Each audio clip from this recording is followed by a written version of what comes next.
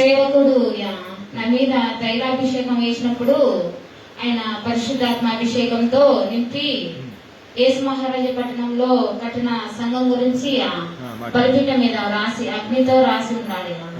అక్కడ వచ్చేసి ఇది ఇక్కడ నేను సింహాసనం వేసి కూర్చున్నాను, ఇది నా స్థలము, 7 దీప స్తంభముల మధ్య నేను కట్టినది, 7 సంఘాలతో, 7 దూతలతో, 7 ఉరుములతో, 7 గుర్రములతో, 7 రథములతో నేను ఇక్కడ సింహాసనం వేసి కూర్చున్నాను అని.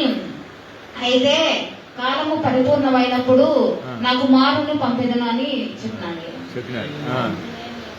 వేరేమో చూసినారు దర్శనంలో, వేరే ఏం చూసినారు? చూసింది వేరే బలిపీఠం మీద అగ్నితో రాసి ఉన్నది. బలిపీఠం అంతా మండుతోంది, చుట్టూ మండుతా ఉంది, మండుతోంది. మధ్యలో ఆ వాగ్దానం రాసి ఇచ్చినాడు. హల్లెలూయా.